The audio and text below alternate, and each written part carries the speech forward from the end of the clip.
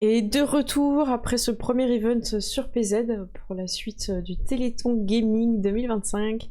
Et j'ai hâte, on va avoir un invité, je sais pas s'il est prêt ou pas. En tout cas, il est sur Discord, là je pense qu'il se passe beaucoup de choses aussi autour de lui. Donc il a fini ce qu'il voulait faire, moi j'ai fini aussi de mon côté, et on va pouvoir faire un petit talk avec lui. J'en dis pas plus, vous allez pouvoir le découvrir. Moi j'ai bien aimé l'event PZ avant, je trouve que ça a bien marché à trois. Oh merci Ezekiel, bienvenue, j'espère que tu vas bien. Ezekiel qui fait beaucoup de jeux de rôle, beaucoup de gamification j'ai envie de dire. Voilà, corrige-moi si c'est pas exact. En tout cas je trouve que t'expliques bien ce que tu fais, tes mécanismes de jeu et tout. Donc j'ai hâte qu'on fasse quelque chose ensemble. Merci beaucoup pour ton raid. Soyez les bienvenus, j'espère que vous avez passé de bons moments avec Ezekiel en sa compagnie. Là on est sur le Téléthon Gaming, c'est tous les ans, c'est de vendredi à samedi, et l'idée c'est de récolter un maximum de dons pour aider la recherche contre les maladies rares. Alors les maladies rares c'est quoi? C'est des maladies qui peuvent survenir quand tu as un de tes gènes qui n'est pas bon, c'est-à-dire qu'il n'a pas le bon message à donner par exemple aux muscles, et ce qui fait que il donne pas les bonnes infos et ton muscle va être plus faible.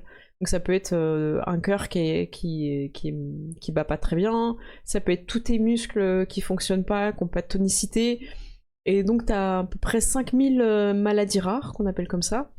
Et on sait combien il y a de maladies rares parce qu'en 96 on a réussi à décoder l'ADN. Alors là je vous ramène au cours des CVT, mais en gros on avait voilà, on savait comment ça fonctionnait le corps humain, l'ADN, et on a pu comparer justement les personnes qui étaient malades avec des personnes qui ne le sont pas. Et c'est grâce à ça qu'on a pu découvrir le nombre de personnes malades, et ça a sauvé des vies. Donc là, le Téléthon permet à des personnes de vivre mieux leur handicap, d'avoir des familles qui peuvent qui ont un budget pour mettre à disposition de l'aide, et en plus, la recherche permet de garantir des traitements qui permettent aux personnes de retrouver des capacités, et plus c'est plus tôt, mieux c'est. Donc merci à tous, voilà, n'hésitez pas, merci pour avoir remis la page. Voilà, merci, merci beaucoup. Vous avez bien raison, merci les gars. Et je crois qu'il est prêt, notre ami. Bah ça va, là, je viens de finir une partie de Donjons et Chatons. Ouais, ça s'est bien passé. Ça s'est très bien passé, j'avais que des jeunes joueurs. Ah, trop bien. Pour ceux qui savent pas, c'est Jeunes un... joueurs dans le sens sans expérience. Voilà. On peut dire novice. Voilà, novice. Voilà, Et pour ceux... j'avais, grosso modo, j'avais de 9 ans à 35 ans. Incroyable. Super panel. Donjons et Chatons, c'est un jeu de rôle qui se passe dans un univers futuriste, apocalyptique, mais pas trop, et super funky, où on joue des chats qui parlent, qui peuvent faire de la magie, et il n'y a plus d'humains. Et tu te balades et t'essayes de faire des petites aventures super cool avec tes copains chats. C'est un jeu qui est pour tout âge. Je pense que justement, Jérôme, tu l'as bien montré avec le panel. Et si vous connaissez pas le jeu de rôle, vous avez envie de découvrir, c'est vraiment une belle porte d'entrée ce jeu. Et on peut raconter plein de thématiques différentes. Et Jérôme l'utilise aussi pour parler justement de la génétique, parler des problématiques qu'on peut rencontrer avec la science. Donc merci à toi de proposer ce genre de scénario. L'année dernière avec Jérôme, on avait mis en place une table où moi j'avais masterisé son scénario directement sur place. Pour ceux qui n'ont pas vu, c'était une super partie. Et on était avec Equinox, on était avec Anto et des autres personnes qui étaient super cool. On a vraiment, vraiment adoré quoi. Mm. Jérôme, es-tu prêt à te mettre en avant en tant que scientifique, à parler de toi, à nous faire rêver? Non, je Parce suis que pas prêt du tout, je vais le faire. Merci. Euh, voilà, si tu peux te présenter un petit peu pour ceux qui te connaissent pas, parce que moi je te connais à travers le jeu de rôle, je te connais à travers le Téléthon, mais au niveau du côté technique, on va dire, ton métier, je connais pas beaucoup. On a un peu évoqué les Mm. choses, mais effectivement, on peut en reparler un petit peu. Je rentre pas dans les détails, je vous donne juste quelques premières pistes et puis après, je laisse peut-être le chat réagir et savoir où ils veulent approfondir. On va le faire un Parfait, peu en mode jeu de rôle. parfait. Donc, je suis effectivement scientifique de formation et donc je travaille à Généton depuis 1998. Et donc j'ai commencé en travaillant à la paillasse, donc dans les laboratoires au sein de Généton. après mon diplôme de technicien supérieur de recherche. Et donc j'ai vraiment travaillé sur l'ADN et sur les premières étapes de fabrication du médicament. Je ne sais pas si tu as déjà eu un peu l'occasion d'évoquer les recherches qu'on fait, Très sommairement, justement, au j'attendais que tu sois là pour voilà. pousser, ouais. Donc vraiment sur les premières étapes de fabrication du médicament. Et en 2005, j'ai changé de, j'ai étendu, on va dire, mon travail, puisque j'étais un peu à cheval entre les deux métiers sur quelques mois, puisqu'on m'a demandé de participer à la création d'un nouveau service au sein de Généton, qui s'appelle l'école de l'ADN et qui a vocation à faire alors ce qu'on appelle de la vulgarisation scientifique. J'aime pas trop le terme, moi je préfère le terme de médiation, qui met plus en avant le dialogue entre les chercheurs et les citoyens. Donc, j'essaye de jouer ce rôle d'intermédiaire et de mise en dialogue de la science, aussi bien dans un sens que dans un autre, parce que je refuse que les chercheurs viennent systématiquement dire ce qu'il faut faire. Je pense qu'ici, il est bon de questionner les chercheurs et que les citoyens puissent s'interroger pour éviter de faire un certain nombre de bêtises dans les choix techniques qu'on fait au niveau politique. Mm. Voilà. Donc du coup, je suis amené à créer un certain nombre d'outils d'outils pédagogiques, pas mal de jeux justement qui parlent de science et en l'occurrence des projets de recherche qu'on a dans les laboratoires. Voilà, puisque je travaille en transversal aussi bien avec Généton qu'avec les autres laboratoires de l'AFM Téléthon, donc qui sont l'Institut de myologie et le laboratoire ISTEM. Pour ceux qui connaissent pas du tout l'ADN, qui comprennent pas trop, est-ce que tu pourrais justement nous expliquer un peu sur quoi vous êtes parti, comment ça se passe pour les thérapies, tout Euh, ça? oui, alors déjà il faut savoir que l'histoire elle commence avec une association de familles qui est l'Association française contre les myopathies, qui est l'association qui organise le Téléthon chaque année sur le territoire français. Et qui regroupe donc des familles qui sont touchées par des maladies génétiques rares, essentiellement d'origine neuromusculaire. Et donc, la première mission qui a été confiée à Généton au moment de sa création a été de développer des outils pour permettre de trouver l'origine de ces maladies génétiques sur l'ADN. Et donc, on a bâti ce qu'on a appelé les cartes du génome humain, qui ont permis de marcher sur l'ADN pour retrouver plus facilement les mutations de ces maladies génétiques. Donc, grosso modo, ça a été le travail de Généton entre 90 et 97, 98 à peu près, de comprendre à quel endroit l'ADN était muté. Donc, l'ADN, faut imaginer, hein, c'est un grand livre de recettes de cuisine, hein. Et en fait, avant ces cartes du génome, c'est comme si vous aviez ce grand livre de recettes de cuisine qui fait à peu près 100 000 pages, écrit tout petit, hein, c'est écrit en polysuite, hein, vous imaginez. Donc ça, c'est tout l'ADN. Sauf que avant les cartes du génome, grosso modo, vous aviez vos 100 000 pages dans votre texte Word, mais vous n'aviez pas de ponctuation, vous n'aviez pas de majuscules, vous n'aviez pas de mise en page, de paragraphe, de sommaire, il n'y avait rien, quoi. Voilà, vous aviez du texte brut à la chaîne, quoi. Et donc, les cartes du génome ont permis de mettre tout ça, de la ponctuation, un sommaire, un index, etc., pour que les chercheurs du monde entier puissent se repérer dans ce grand texte qu'on savait lire mais qu'on ne comprenait pas.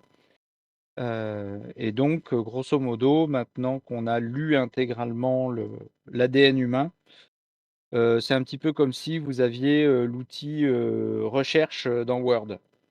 Le fameux contrôle F? Donc, Voilà, donc du coup, ça devient beaucoup plus facile pour retrouver les gènes et en l'occurrence pour retrouver derrière les mutations responsables des maladies génétiques. Et pour vous donner un aperçu de l'accélération que ça a fait, dans les années 80, pour trouver un gène, on mettait plusieurs années. Après l'écart du génome, on passe à 3 à 6 mois. Donc on est dans le milieu des années 90, grosso modo. En 2025, c'est entre quelques jours et quelques semaines. Ah, waouh. Voilà, donc ça c'est le coup d'accélérateur Mm. qu'il y a eu.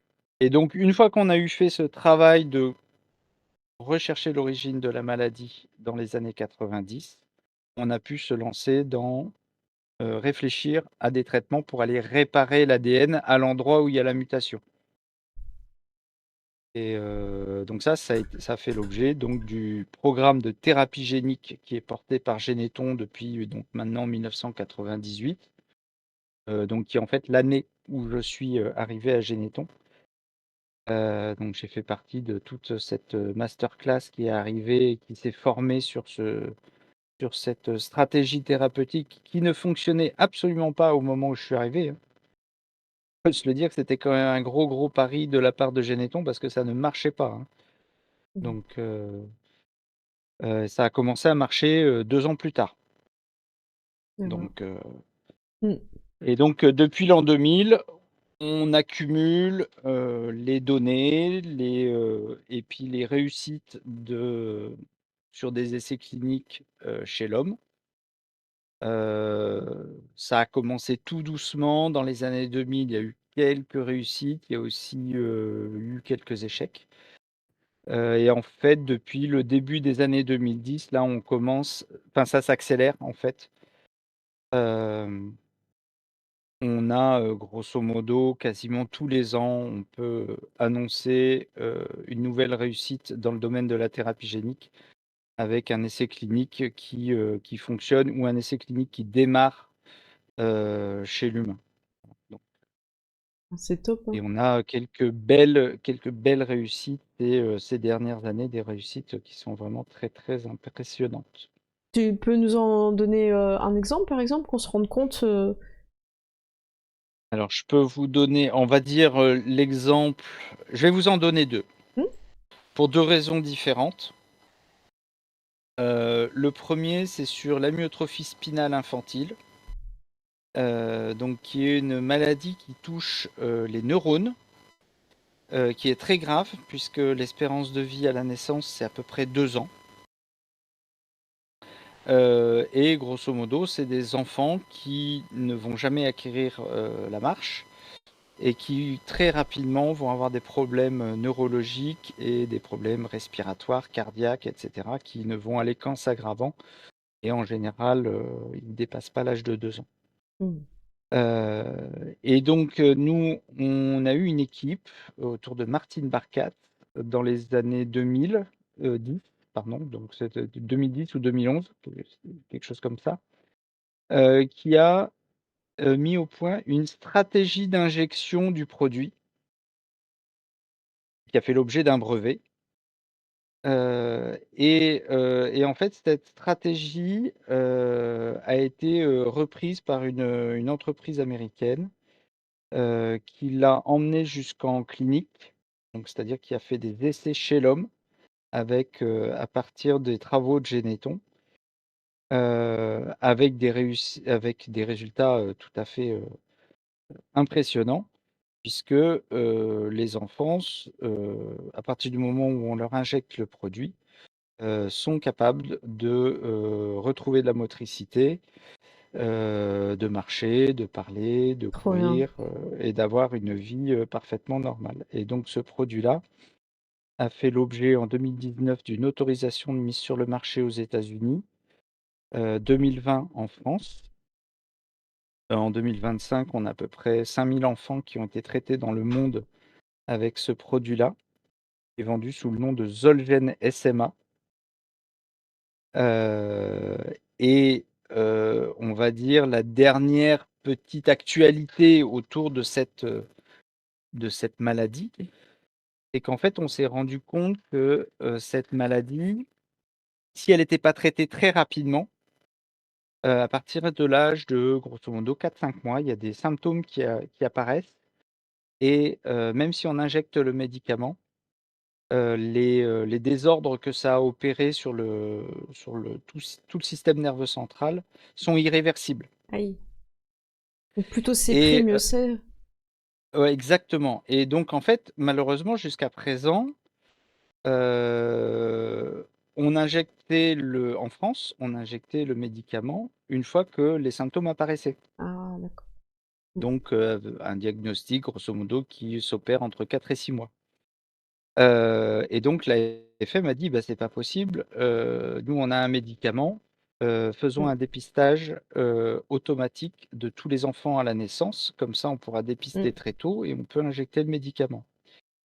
Heu, il a fallu que, l'AFM Téléthon fasse la preuve qu'il y avait un intérêt, au-delà de l'intérêt de santé, mm.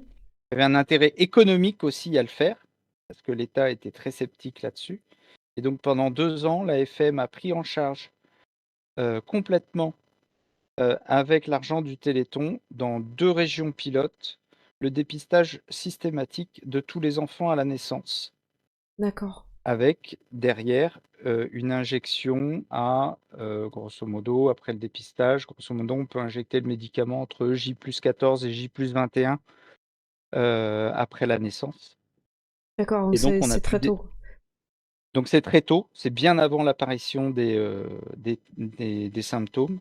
Et donc, ça a permis de démontrer qu'effectivement, bon, il y a à peu près en France une vingtaine de naissances, hein, chaque année, pour cette maladie-là. Ça a permis de démontrer que, en fait, si on prenait très tôt, on n'avait pas de symptômes et en fait, le coût de la prise en charge du dépistage à la naissance est bien moindre que celui d'une prise en charge à vie Mm. d'une personne qui reste handicapée, et qui va avoir des problèmes, des Mm. handicaps, toute sa vie. Voilà. C'est Donc triste hein, de c'était devoir. ça le pari Ouais. c'est ça le pari économique, en fait. Mais c'est ça je trouve ça triste de devoir toujours argumenter avec le portefeuille en fait. C'est d'une Voilà. tristesse.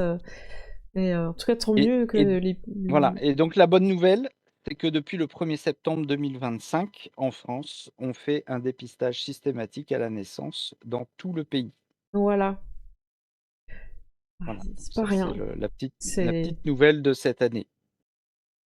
Et le Mm. deuxième exemple que je voulais vous donner, qui est lui plus, symbolique, et historique, c'est sur la myopathie de Duchenne, qui est une maladie qui est emblématique, en fait, de notre association puisque en fait, tous les présidents et présidentes, de l'AFM Téléthon qui se sont succédés depuis 1998, depuis, 1958, Ah pardon, oui, ont eu leurs enfants, au moins un de leurs enfants, touché par une myopathie de Duchenne. d'accord. Et donc du coup, c'est la maladie la moins rare des rares, on va dire, Mm. dans les maladies neuromusculaires, hein. On a à peu près 120 naissances chaque année en France, avec la myopathie de Duchenne.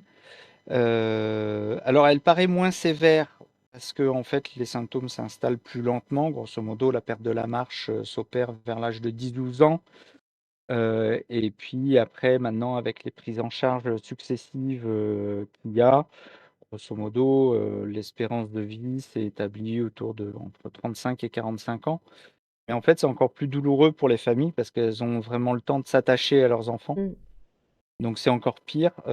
Madame de Kepper, qui était la première présidente de l'AFM, disait, heu, qu'ils avaient dû apprendre ils ont eu 7 enfants, ils ont eu 4 garçons atteints de la myopathie de Duchenne. Wow. Et ils ont dû apprendre à 4 garçons à mourir à l'âge de 15-20-25 ans, Wow, parce qu'à c'est l'époque, dur. c'était pas traité. Mm. Voilà, donc pour des parents, c'est vraiment Mm, très, mm. très difficile. Heu et donc c'est clairement une maladie qui est très, très emblématique, nous, en interne, qui est très compliquée à soigner parce qu'il faut traiter, vraiment tous les muscles. Et donc en avril 2024, on a pu annoncer qu'on avait un essai clinique chez l'homme qui avait permis de traiter 4 enfants. Et les 3 qui avaient reçu la plus haute dose avaient récupéré de la motricité. Donc on est sur des enfants qui ont entre 6 et 10 ans D'accord. et donc qui ont encore l'usage de la marche, mais qui ont des graves problèmes moteurs. Très Mmh. clairement, ils peuvent pas sauter, ils peuvent pas courir, ils tombent souvent, ils avancent très lentement. Alors ils D'accord. peuvent même pour monter un escalier, en fait, ils sont obligés de se tirer sur la Mmh. rampe pour passer à D'accord, la ouais. marche Mmh. supérieure, et cetera. Voilà. Et donc, bah, les images qu'on a pu proposer dès le mois d'avril 2024 et qu'on peut retrouver Mmh. donc sur les différents supports AFM Téléthon, hein. Vous tapez euh, Sacha Sur AFM Téléthon Instagram, dans par exemple. YouTube, Ouais, sur YouTube aussi. Instagram ou dans YouTube et tout ça, vous allez trouver les vidéos de Sacha qui grimpe les escaliers, J'ai vu l'année dernière, c'est trop mignon. Mmh. voilà, 4 à 4, qui grimpe un mur d'escalade, et cetera, et cetera. Et donc, ses parents nous ont même annoncé qu'au mois d'août, l'été dernier, là, Mmh mh. il est monté au 2e étage de la tour Eiffel sans l'ascenseur. Waouh, waouh, waouh! Donc 600 marches. Quand même. On Voilà. Je passait serais de curieux de rien du savoir tout à d'ailleurs 600. voilà, je serais curieux de savoir dans les viewers, ceux qui ont fait, les 2 étages de la tour Eiffel, sans Ouais, l'ascenseur. c'est vrai. Faut déjà faire la queue. Moi, je me suis arrêtée déjà à, tu vois, la file d'attente. J'ai abandonné à ce moment-là. Je sais pas. Ah bah oui. Mais, quand on monte par les escaliers, il y a pas beaucoup de monde, hein. Ah, il y a 2 files? Bah, après tu prends ton billet, mais après quand tu montes, Mmh. pour monter dans les escaliers, il y a personne, hein. Ouais. Je comprends, je comprends. Donc, J'avais une question par rapport au jeu que t'as fait. Est-ce que c'est toi qui as fait le jeu où les joueurs trouvent des gènes? C'est Alastro qui posait la question tout à l'heure. Je sais pas si t'as des jeux que tu peux donner les noms, heu, peut-être. alors quel jeu? On parle de quel jeu? Bah, je sais pas, il a pas le nom du jeu, donc je pourrais pas te dire plus. Il posait la Un question. jeu où on trouve les gènes. Si ça te dit rien, c'est que c'est peut-être quelqu'un d'autre, hein. Sinon tu saurais, je pense. Oui, non, moi ça me dit rien du tout, mais je suis curieux parce que en tant que serious game Mhm, designer, ça m'interpelle parce que quand j'ai passé mon diplôme, j'ai fait un benchmark de tous les jeux qui parlent de biologie, en particulier de mhm. génétique. Et donc il me semblait que je les connaissais tous. Bah, l'astro, tu nous enverras quand si tu retrouves le nom du jeu. Même si tu le retrouves pas ce soir, je l'enverrai à Jérôme à ce moment-là. On a JLC hein, qui n'a jamais été à la Tour Eiffel parce que bah, évidemment JLC est en Suisse, voilà.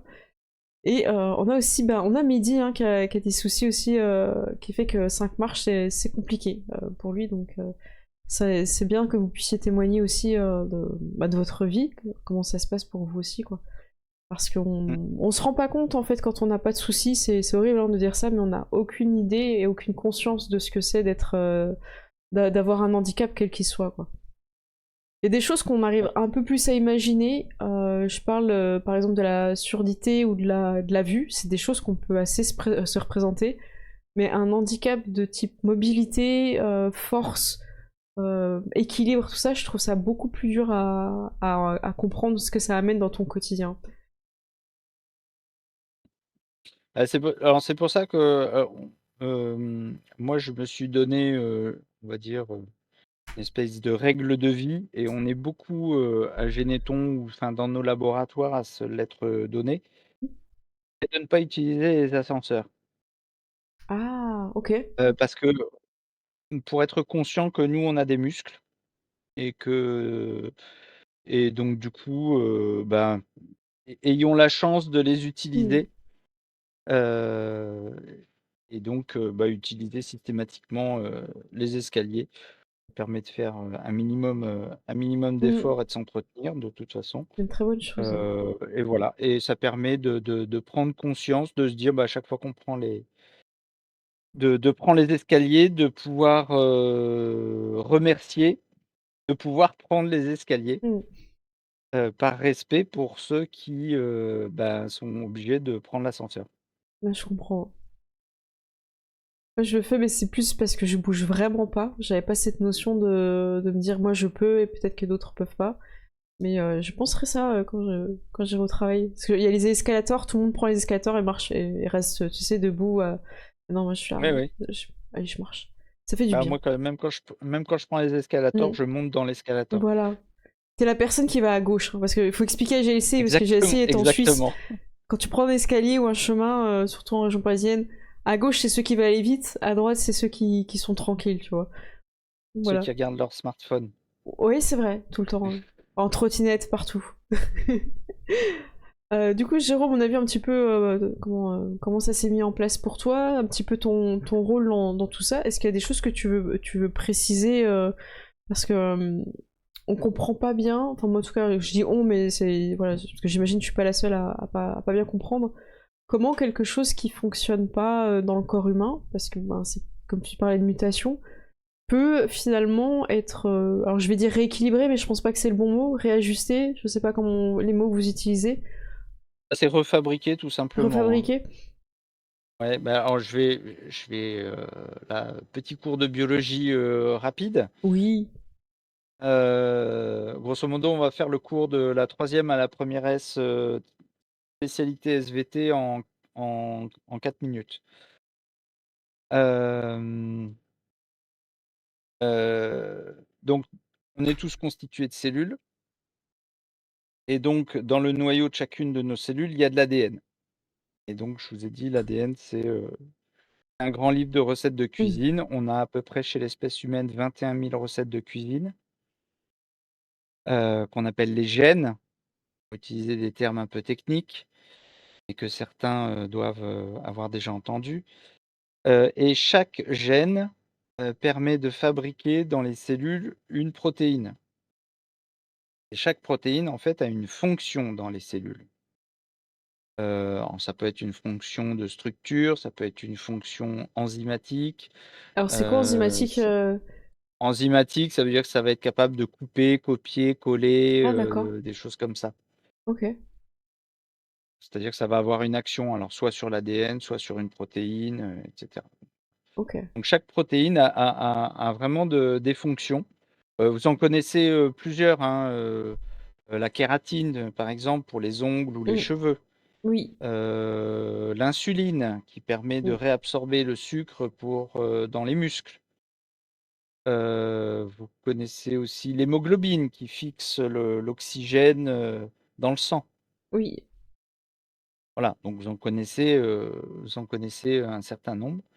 Et donc, il se trouve que s'il y a une mutation, une erreur qui atterrit dans la recette de cuisine, et les petits cuisiniers de nos cellules, au moment où ils doivent faire la recette, ils n'y arrivent pas.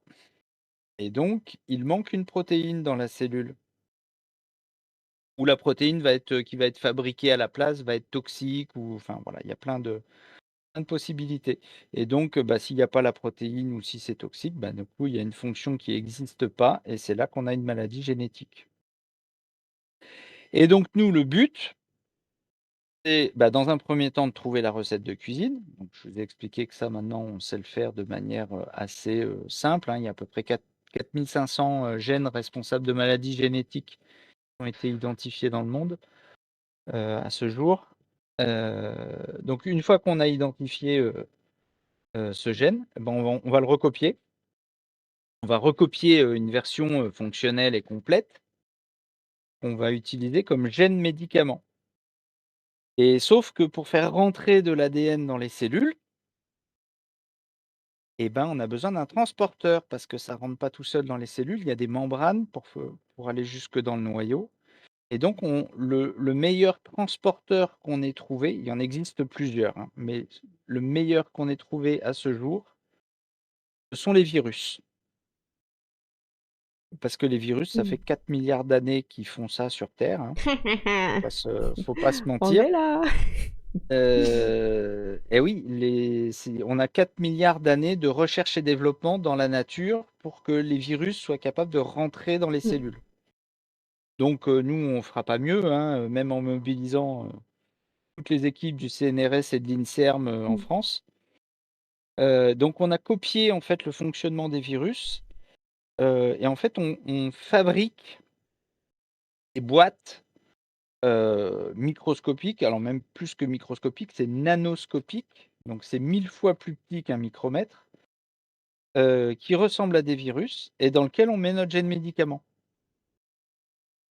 Et une fois que donc ça s'appelle un vecteur de thérapie génique, c'est leur petit nom. Mm. Et ça, on va leur donner une certaine affinité pour tel ou tel type d'organe. Donc, la plupart du temps, nous, ça va être des muscles ou des neurones. Et donc, ces petits transporteurs d'ADN, ils vont rentrer dans les cellules, ils vont apporter le gène médicament dans le noyau des cellules. Et donc, la cellule, elle est contente parce qu'elle a une nouvelle version, une nouvelle copie Mm. complète de la recette de cuisine. Et même si l'ancienne, elle est toujours là et qu'elle ne fonctionne pas, c'est pas très grave. L'important, c'est qu'elle ait la nouvelle copie et elle va pouvoir la lire et elle va de nouveau pouvoir fabriquer la protéine qui est manquante. D'accord. Voilà. C'est à peu près aussi simple que ça. Dans les grandes lignes, mais j'imagine que en laboratoire, tout ça, pour préparer ça, ça demande quel genre d'outils? Ça demande, alors ça demande les outils du vivant déjà. En fait, on utilise pour manipuler le vivant, on utilise les outils du vivant. Donc en fait, c'est des choses qui existent naturellement Mhm. dans le vivant, souvent dans des organismes microscopiques unicellulaires, donc des bactéries, des levures, des champignons, des choses comme ça. On va récupérer certains types de protéines qui ont la capacité de couper, copier, coller l'ADN. Et donc, on va pouvoir grosso modo, fabriquer des recettes de cuisine Mm. à façon pour être capable de fabriquer justement cette fameuse boîte de virus euh, dans des cellules qui nous servent de D'accord. cellules usines. C'est l'usine, c'est comme ça qu'on dit? Oui, ben, en fait, c'est le meilleur moyen de comprendre qu'en Mm. fait, nous, Ouais, on ne j'aime sait bien, pas le moi. faire. Mm. En fait, nous, on ne sait pas le faire. Il faut le reconnaître, on ne sait pas le faire. On sait comment ça se fait, mais on ne sait pas le faire. Donc, en fait, tout ce qu'on se borne à faire au laboratoire, et aller récupérer différentes recettes de cuisine, donc sous forme d'ADN, dans Mm. le vivant, avec des coupés, des copiés, des collés, etc., qu'on va récupérer à droite à gauche. On va créer une recette de cuisine inspirée de ce qui existe chez les virus, mais qui n'est pas tout à fait la même, et surtout qui ne va pas être pathogène. C'est surtout ça qui est impératif. Et une fois qu'on a notre mini livre de recettes de virus, on va le faire rentrer dans des cellules usines qui vont faire le boulot. On leur a donné les instructions, on leur a dit, bah voilà, fabrique un vecteur de thérapie génique qui ressemble à ce virus-là, Mm. et dedans, tu mets le gène médicament qu'on te met en post-scriptum là, dans notre petite recette, quoi. Donc tu vas utiliser quoi, Et des microscopes? T'as des machines qui manipulent les trucs tout petits? Toi, j'arrive pas à me représenter. alors, le microscope, ça va être pour évaluer le fonctionnement de la cellule. Parce D'accord. que, grosso modo, nous, on va utiliser quasiment que des microscopes avec de la lumière. Euh, donc, on va être à l'échelle du micromètre. Ok. Pour aller regarder plus petit, il faut des microscopes électroniques, mais en fait, ça n'a pas d'intérêt pour nous, en fait. Ok. On l'utilise de temps en temps pour certaines manipulations, mais en fait, l'échelle du micromètre et de la cellule suffit amplement pour évaluer la plupart du temps. Mm. Non, en fait, ce qui est effectivement très étrange, c'est qu'on ne voit rien. En D'accord. fait, on manipule, il y a plein de choses en fait qu'on manipule à l'aveugle Parce qu'on a des outils, on sait que ça va couper l'ADN à cet endroit-là, que ça va Mm. copier l'ADN de tel endroit à tel endroit, que ça va le coller à tel endroit, etc. Parce qu'on connaît la séquence de l'ADN. Je vous ai dit, on l'avait Mm. entièrement lu, hein, donc on la connaît. Donc est-ce que Donc tu... on est D'accord. capable de copier. Donc en fait, nous, on a des tubes dans lesquels on a l'impression qu'il n'y a que de l'eau dedans. Mhm. Mais non. Et on manipule des micro-volumes avec des micro-pipettes. Mais en fait, on sait pas, on ne voit pas ce qui se passe. D'accord. On sait ce qui se passe, mais Mhm. on ne le voit pas. Incroyable. Et par contre, il y a quelques étapes dans la manip Mhm. où on va pouvoir vérifier que dans notre tube, il s'est bien passé ce qu'on D'accord, bien pensait sûr, ouais. qu'il devait se passer. Donc on a des outils qui s'appellent, alors je ne vais pas rentrer dans le détail, mais on a des outils qui s'appellent l'électrophorèse ou le séquençage ou la PCR. PCR, normalement, maintenant, tout le monde est à peu près au fait après le Covid. Voilà, donc c'est des outils qui, à un moment donné, nous permettent de visualiser l'ADN et de vérifier que il s'est bien passé ce Mm. qu'on avait prévu qu'il devait se passer dans le tube. D'accord. Et une fois qu'on a vérifié ça, bah, on va pouvoir justement, ça veut dire qu'on a correctement fabriqué notre recette de cuisine. Et donc on a toujours l'impression de manipuler de l'eau. On va donner ces micro-volumes à des cellules qui vont faire le boulot après. Et D'accord. toujours pareil, on ne va toujours pas voir euh, nos transporteurs d'ADN, parce qu'on est toujours de l'ordre du nanomètre, Mm. donc 1000 fois plus petit que le micromètre. Donc on ne peut les voir que au microscope électronique.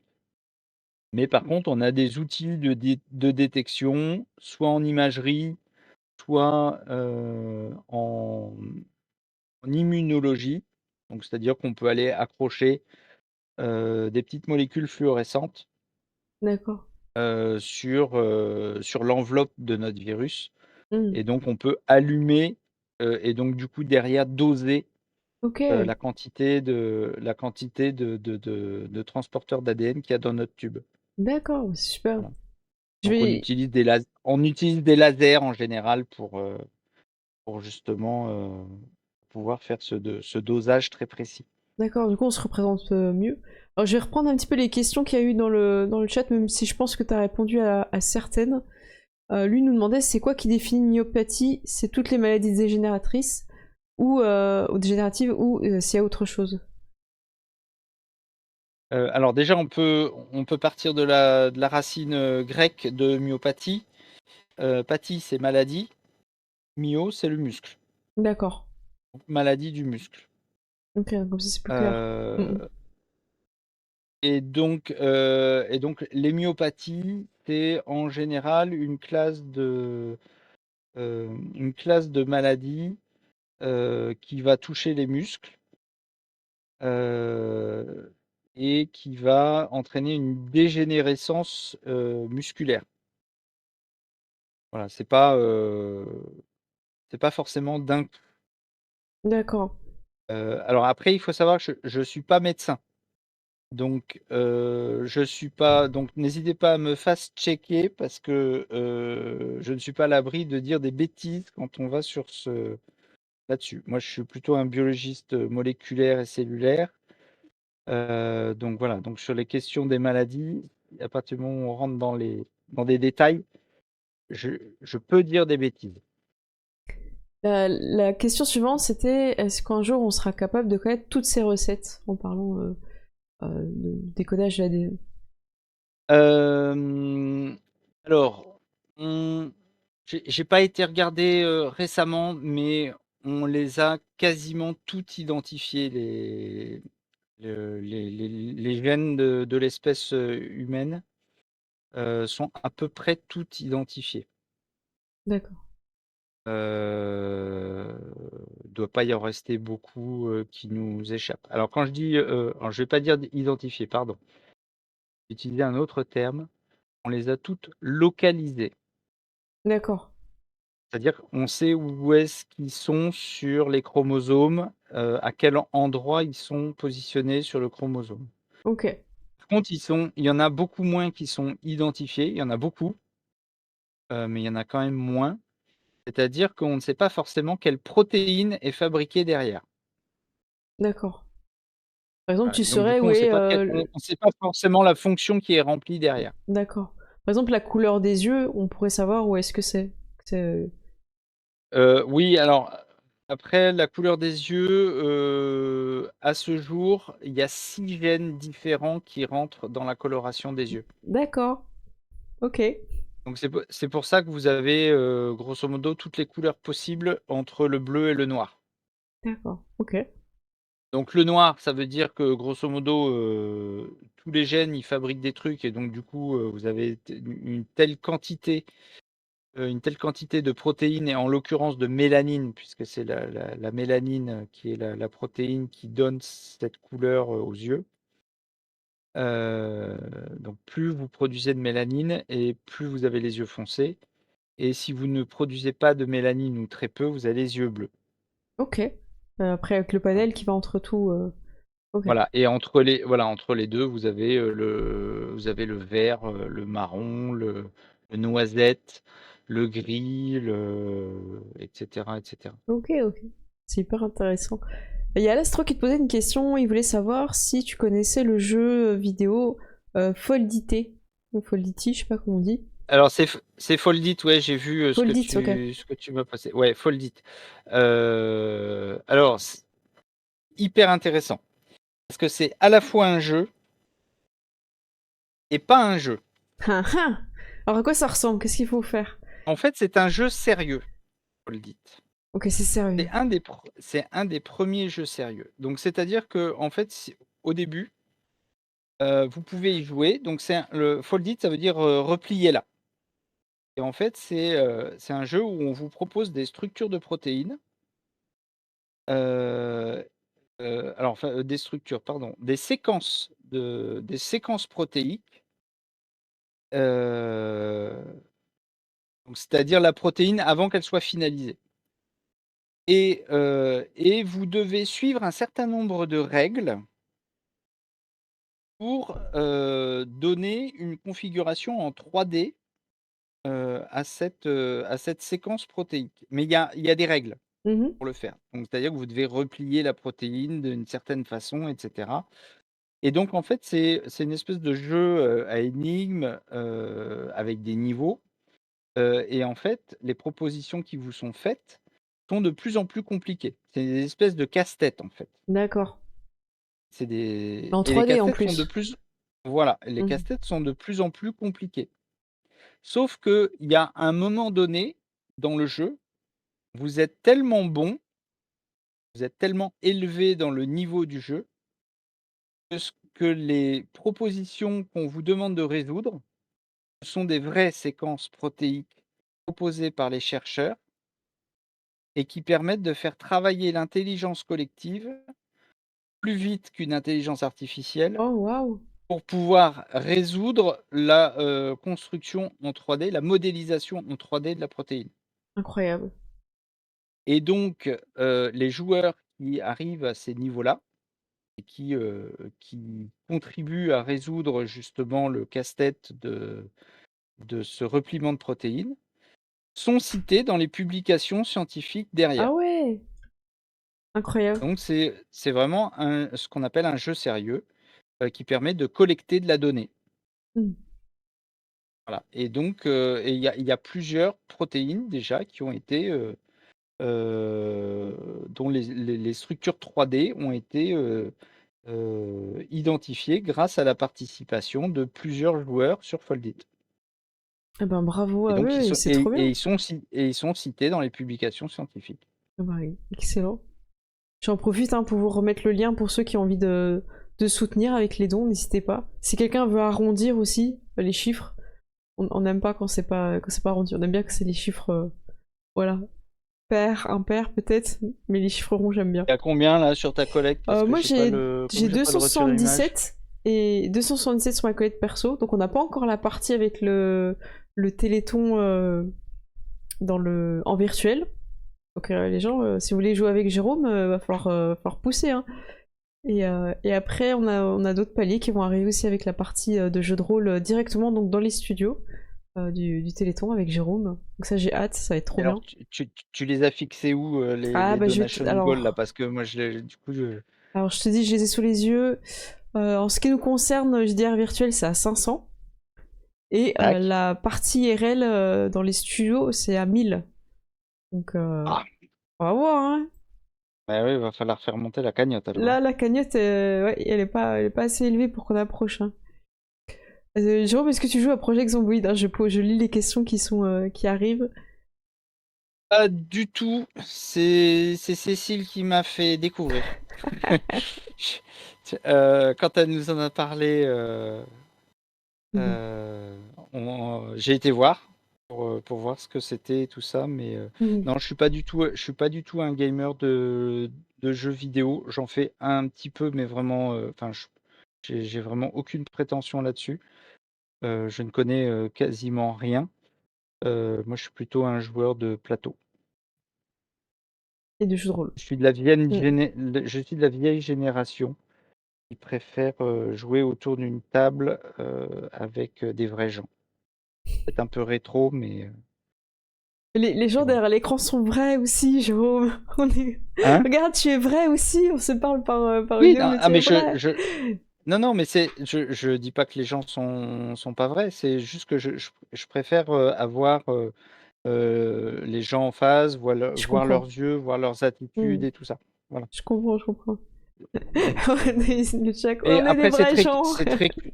c'est très culturel. C'est juste que j'ai pas grandi avec ça. Mes enfants sont des milléniums, même plus que millénium d'ailleurs, parce qu'ils sont très jeunes.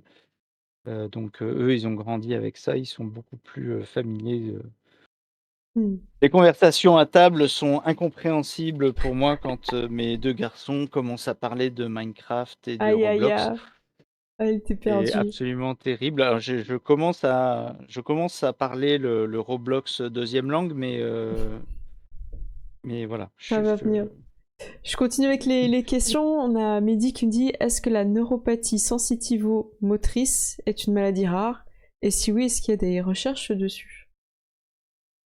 Je peux répéter hein, alors, si tu veux. ouais, alors là, tout de suite, je suis incapable de répondre à cette question-là, mais si j'ai 15 secondes, je Ouais? vais regarder sur Orphanet Ok, je t'envoie et je le... pourrai répondre à la question. Ok, je te copie-colle la question, comme ça. Tu as La tout sous les yeux. neuropathie, Neuropathie sensitivo-motrice. Il est en train de regarder. Pour ça, je vous remercie hein, tous ceux qui sont encore là à cette heure-ci et qui posent des questions à Jérôme. Merci beaucoup. il y a encore combien de viewers là? Là, on est 22. Qu'est-ce que t'as trouvé? C'est une maladie génétique, ouais, autosomique récessive. Donc du coup, ça veut dire que le gène il peut être masqué, donc ça peut. La maladie n'est pas forcément présente à toutes les générations dans une famille. D'accord. Et Elle peut être masquée pendant une ou plusieurs générations. ah oui, d'accord. Et est-ce qu'il y a de la recherche dessus? Alors, Merci Aki pour les 10 €. Merci beaucoup. il y a de la recherche Il là-dessus. propose un palier à l'astro, il propose qu'à 1500 tu viens jouer avec nous sur Project Zomboid. Waouh! Pour 1500, ouais, je peux le faire ça. Ça tu peux pour 1500. Ouais, à 1500, je le fais. J'aime bien comment tu es arrivé sur mes donation goals, merci. Ok. Ouais, ça me gêne pas, hein. T'arrives sur mes donation goals. J'édite demain. Hein. Demain, j'ajoute. Hein. Voilà. T'avais un donation goal à 1500? Ouais, mais je vais devoir adapter. Hein. À 1500, je joue avec Tatiana Game en IRL sur une partie de jeu de rôle. Du coup, bah, on aura un double. Ou alors je te mets à 1600, hein, tu vois, je rajoute une ligne. Voilà, tu me mets à 1600. Ça va. Accès. Allez, les défis relevés. Alors, je suis en train de regarder hein, en même temps. Projet J'en de profite hein, pour discuter un petit peu avec eux. projet de recherche. Sur les... Je suis complètement d'accord avec Aurel, c'est un jeu qui peut être accessible pour les débutants s'ils sont épaulés, hein. Et voilà, il y a pas... Oui, oui, j'ai été regarder comment ça se joue. J'ai regardé 2, 3 actual play. Donc, Ça marche. Je crois que lui, j'avais loupé euh, une de tes questions, j'ai l'impression qu'il avait un peu répondu quand il avait expliqué. Quand on envoie une protéine marquée sur la nourriture et autres, c'est une protéine en particulier ou un lot, ou... Ah non, t'avais pas... Ou on parle pas du tout du même type de protéine. Je parle quand on parle de protéines sur la nourriture, genre barre de céréales, tout ça en fait. Ah, très bonne question. J'ai Ok. compris la question. Ok. Alors, c'est la même chose. En fait, ce qu'on mange, c'est du vivant, la plupart du temps, sauf si vous mangez un chewing-gum ou des bonbons Haribo, Ah mince. qui sont quasiment que de la chimie et du Après sucre. Halloween, aïe. Mais des choses qu'on mange, c'est issu du vivant. Donc, quand vous mangez des frites, vous mangez de la pomme de terre. Quand vous mangez un steak, vous mangez du bœuf. Quand vous mangez du pain, vous mangez du blé, etc., etc. Donc, comme c'est vivant, ça veut dire que c'est composé de cellules. Comme c'est composé de cellules, c'est composé des mêmes matériaux systématiquement. Et ces matériaux, c'est des lipides, des glucides, des protéines, de l'eau, des acides aminés et de l'ADN. D'accord. Voilà. Donc c'est normal qu'effectivement sur votre paquet de céréales, dans le petit tableau sur la tranche du paquet, vous avez lipides, glucides, protides. Protéines, c'est la même chose, hein. Donc effectivement, ce qu'on mange, les protéines dont je parle, c'est exactement la même chose que les protéines qu'on mange. Hmm. D'accord. Bah, merci Voilà, Jérôme c'est pour juste qu'on parle d'un type de protéines, par contre, alors que chez l'espèce humaine, il y a à peu près 100 000 protéines différentes. D'accord. Est-ce que tu as trouvé l'information que tu cherchais pendant ce temps-là? Je vois des trucs. Pop, pop, pop, pop, pop, pop, pop. Il y a de la recherche, hein. De Hmm. la recherche, mais alors après. Donc il y a de la recherche, monsieur. Gna, gna, gna. Et alors, il y a de la recherche, mais alors là, je vois du dépistage. Ok. Putain, il y a des trucs en norvégien. Alors là, l'anglais, Faudra, ça va, faudra... mais le norvégien, là. Mais dis, faudra qu'on attende la traduction. Erforkningens project om zovne ogesmert. On J'ai du attendra mal. midi la traduction, hein, t'inquiète. Voilà. Euh, Ok. Il y a du screening, etc. Je vois pas de. Alors, c'est du diagnostic plutôt. D'accord. Ça, c'est une base de données que tu Euh, regardes qui est spécifique aux scientifiques ou qui est ouverte à tout le monde Non, c'est ouvert à tout le monde. Orphanet, c'est accessible à tout le D'accord. monde. Donc, Tu pourras m'envoyer le lien que je le passe directement à midi si ça l'intéresse de lire le norvégien. J'en sais bah, pas. en fait, non, mais en fait, c'est parce que ça recense en fait toutes les publications scientifiques Sur le du sujet. monde entier Hmm. autour de la maladie. Donc, en fait, elles sont dans les langues dans lesquelles elles ont été publiées. Alors, la plupart du temps, c'est en anglais. D'accord. Alors là, pour le coup, pour cette maladie-là, il y a quasiment rien en anglais. J'ai de l'allemand, de l'autrichien, du finlandais, du norvégien, un peu de français, de l'espagnol. Ok. Ouais, je vois surtout de la recherche, c'est sur du diagnostic, hein. D'accord. Ok. Diagnostic, mécanisme, mais je vois pas de truc traitement. Ah, ok. Bon. Euh, alors après, j'ai pas. Il y a de la recherche en génomique. D'accord. Ok. Identification de gènes. Euh, je vois rien en termes de traitement, malheureusement. Mais bon, je regarde rapidement, hein, donc peut-être que il y en a peut-être une, hein. Et là, je vois surtout, ouais, du diagnostic, là, en français, c'est du dépistage, Hmm. du screening, et cetera, ouais, c'est T'as des infos dans les dépistages de combien de personnes à peu près sont touchées ou t'as pas d'infos? Enfin, faudrait que je tu prennes le temps de lire pour peut-être. cette maladie, Hmm. ouais, là, il faudrait prendre le temps de lire. Hmm. Alors surtout qu'en plus, là, ouais, c'est des études de faisabilité, D'accord. dépistage à la naissance, Hmm. base de données. Là, parce qu'il y a vraiment tout, hein, c'est quand même très très exhaustif On va faire des recherches. Je veux bien que tu cette m'envoies base de données. Donc, le lien parce que j'ai pas retenu le nom. Comme ça, je passerai à Mehdi s'il a envie de chercher. hop, Merci beaucoup. Et Fanette, tu vas avoir une question de Lulu, je pense, extrêmement importante. Il s'excuse déjà avant même de poser cette question. Je vais essayer de le lire oh, comme Lulu dirait.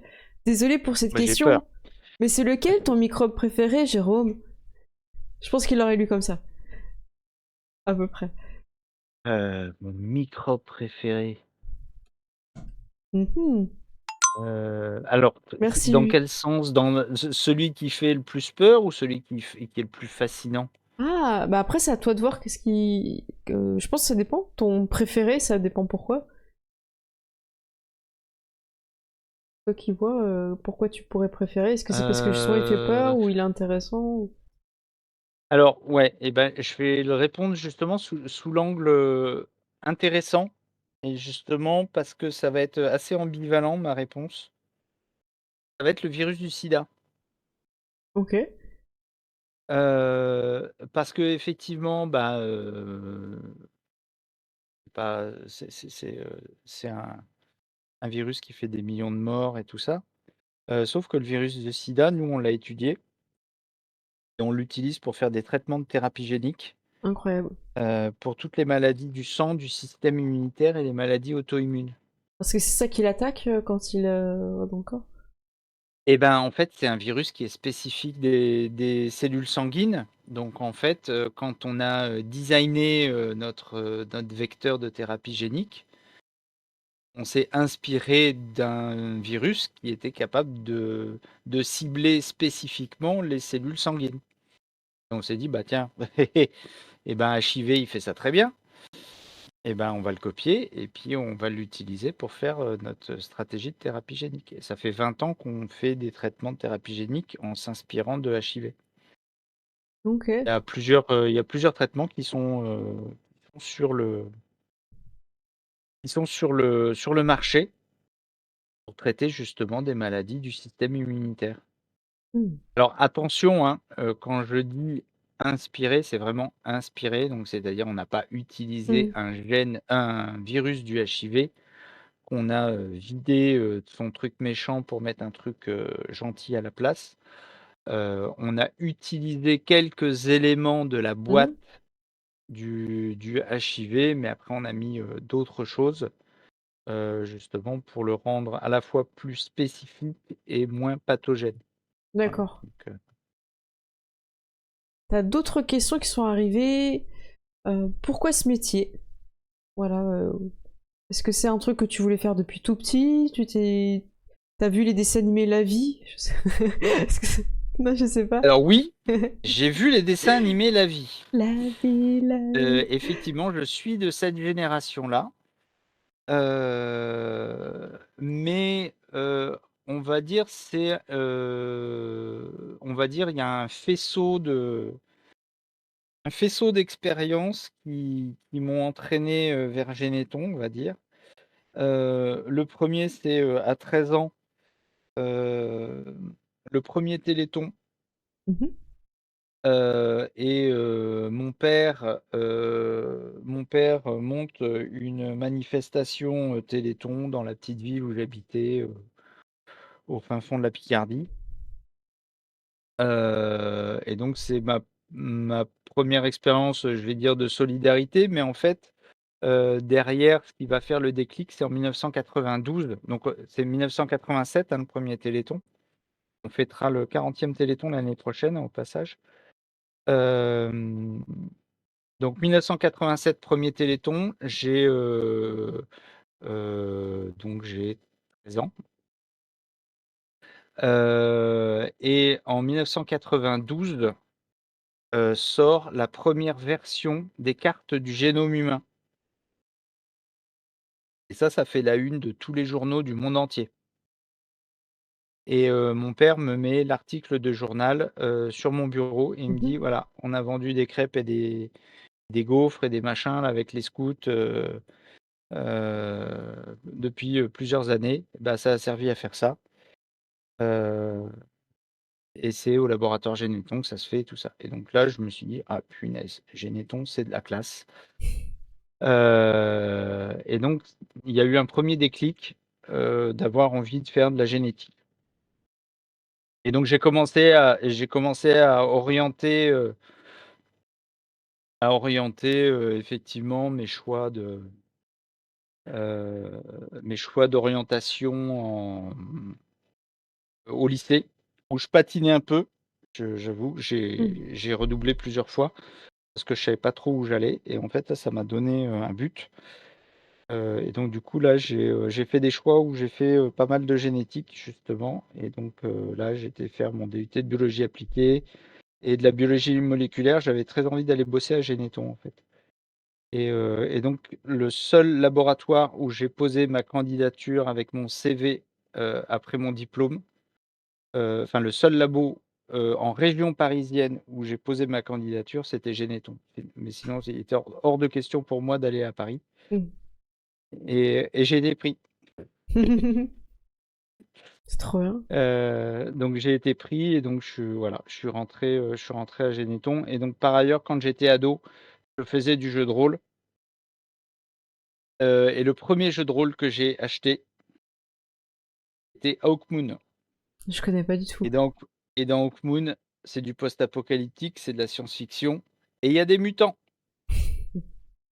Il y a des mutants et de la génétique, et tout ça. Il y a des expériences scientifiques qui sont faites, il y a des reliquats de science, dans un monde un peu médiéval.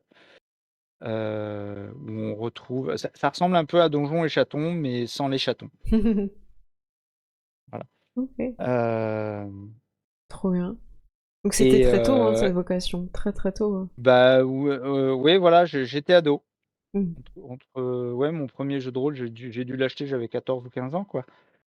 Oui, j'étais en quatrième, je crois, quand j'ai acheté, voilà. Incroyable. Donc voilà, donc il y a eu effectivement cette fascination, assez tôt, je pense, pour la génétique. Et l'envie aussi, bon ça s'est empilé au fur et à mesure parce qu'en fait, j'ai pas arrêté de faire le Téléthon, hein, j'ai toujours fait le Téléthon, en fait. Heu, je pense qu'il y a pas une seule année depuis 1987 où j'ai pas fait le Téléthon. Hem et donc ce que j'ai trouvé intéressant, en fait, c'est ça donnait du sens à mon métier et moi, Mhm. j'avais besoin de ça, en fait. Et ça, c'est hyper important, on le rencontre vachement dans le laboratoire. Il y a plein de gens qui viennent à Généton, pour trouver du sens à ce qu'ils font. Il y Mhm. a il y a des gens qui quittent, mais des boîtes énormes où ils sont payés 2 ou 3 fois plus qu'à Mhm. Généton, et qui viennent à Généton pour trouver du sens à ce qu'ils font. Ça se comprend. Mhm. Donc et c'est clair que le matin, nous, quand on se lève, on sait pourquoi on est là, hein. Donc même quand on n'a pas la moelle, heu, on se dit, «Il y a pire». Et il pourrait y avoir Et mieux. mais par contre, voilà, on a Mhm. vraiment le sentiment, nous, de participer à Mhm. changer le monde. Et c'est vrai. Quand on sort Mhm. des médicaments comme pour la myopathie de Duchenne ou pour la myotrophie spinale, clairement, c'est une grande fierté pour nous. Mhm. Il faut dire que la première fois qu'on a vu les images des gamins atteints de myopathie myotubulaire, donc qui est une autre myopathie, avec un traitement qui avait été mis au point à Généton. Ils nous avaient enfermés dans une pièce parce que les images étaient top secrètes, hein. Ah ouais. Heu, Avant de nous les montrer, enfin, ils nous ont tous rassemblés dans une salle avec un grand écran. Ils nous ont dit: «Ce que vous allez voir, ça ne sort pas d'ici». Ah waouh. Et on avait jamais vu ça. Et on a vu des gamins qui se tenaient assis, qui relevaient leur tête et tout ça, alors que normalement, c'est des gamins qui naissent, c'est des poupées de chiffon, ils ont Ah, aucun horrible. tonus musculaire. Et je sais pas, on était 150 hein, dans la pièce. Oh, waouh. Enfin, moi, à chaque fois que je reparle enfin, c'est une séquence dans ma vie qui est improbable. À chaque Mm. fois que je reparle de ça, j'ai les images et j'ai les poils Ah, là tu qui se dressent m'étonnes, là hein, en vous le c'est racontant. l'aboutissement, quoi. Ça y est, c'est. Il y avait des gens qui pleuraient Bah oui. dans la salle. Enfin, Mm. même là, peut-être que ça Ouais, se ça sent dans ma s'entend. voix, j'ai des trémolos, je pense. Arrête de me donner les larmes aussi. Arrête, ça suffit. C'est pas bien. Mais voilà, mais c'était cette séquence-là. Et pareil, quand ils nous ont annoncé, ouais, c'était quand? C'était en mars 2023, Mm. quand ils nous ont annoncé les premiers résultats sur la myopathie de Duchenne. Donc on est 3 mois après l'injection de Sacha. Et donc ils nous ont, annoncé les résultats, les premiers résultats, donc ça demandait à être consolidé. C'est pour ça que nous, on a pu les annoncer Mm. qu'1 an plus tard. Mhm. On n'avait qu'un seul patient jusqu'à présent qui avait eu ces résultats-là et donc c'était Sacha. Et quand ils nous ont annoncé les résultats, pareil, il fallait qu'on garde le secret. Et c'est pareil, enfin, c'était proprement énorme. Et en fait, notre direction, donc c'est plusieurs personnes, notre directeur scientifique, notre directeur général, notre présidente, et cetera. Eux, ça faisait 1 mois qu'ils le savaient. Et en fait, ils ont pas pu enfin, c'était tellement énorme qu'ils n'ont pas pu le tenir plus d'1 mois, en fait. Il fallait qu'ils partagent. Et parce que c'était trop lourd à porter tout seul. Et donc du coup, ils ont dit: «Enfin, faut qu'on le dise». Et tu sentais que, enfin, ça leur a enlevé un poids Mm. énorme de nous le partager. Et même nous après, honnêtement, enfin, on a été obligés de le partager, même avec les copains, parce qu'ils nous avaient dit: «C'est Généton et ça sort pas de Généton». Mm. Mais sauf que nous, on fait le téléthon avec les copains d'Istem, avec qui on mange le midi. Eux bossent sur d'autres maladies génétiques avec une autre thématique qui est la thérapie cellulaire. Et c'était pas possible de pas leur dire. Mm. Donc on a été obligé de le enfin on a été Ah, obligé de leur dire, alors qu'on n'avait pas le droit, mais c'était pas possible de le garder pour nous aussi, quoi. Donc, et c'est pourquoi cette confidentialité alors? En quoi c'est nécessaire? alors, bah, parce que on avait le résultat que sur un seul patient. Donc en D'accord, fait, statistiquement, ça ne vaut rien du tout. d'accord. Et même quand on a fait la publication là en avril 2024, on n'avait que 3 patients. Donc alors après les 3 patients, ils avaient à peu près les mêmes types de résultats. Mm. Donc c'est pour ça qu'on pouvait publier quelque chose et dire: «On va ouvrir l'essai, plus largement». Mais statistiquement, on reste encore très prudent quand même, parce qu'on est quand même dans le cadre d'essais Mm. cliniques. Je comprends. Et en plus parce qu'on n'est pas les seuls à avoir ce type de traitement, donc il y a aussi un petit secret, propriété Mm. intellectuelle quand même. Heu, D'accord. donc heu, Donc, c'est plusieurs voilà, facteurs, ouais, quoi. ouais, Mm. ouais, voilà, il y a plusieurs choses qui font qu'à un moment donné, effectivement, il faut garder quand même certains résultats. Jérôme, est-ce que tu joues à Mutant Année Zéro? C'est Gosset de la petite pause JDR, qui est Yes, une chaîne de jeux de rôle. yes, ça Ouais. fait partie de oui, en fait, parce que je ne joue qu'à des trucs qui parlent de génétique. Et effectivement, Mutant Year Zero, ça fait partie des jeux vidéo que j'ai sur ma Switch. Ok. Voilà, Euh, je suis à peu près presque à la moitié des quêtes. ok. Et une autre question d'Alastro qui est la protéine. Alors, je pense qu'il faut dire la lettre TEP1 est-elle souvent la cause des maladies recherchées? Bah, ça doit être une protéine que je connais absolument pas, mais c'est une des protéines, probablement qui entraîne des maladies génétiques. Je regarde ce que c'est, en même temps parce que n'ai pas la science Mm. infuse et je suis très très loin d'en connaître. EP1. Mm. Oh, c'est bizarre ça. Ah bon? Euh, Mhm.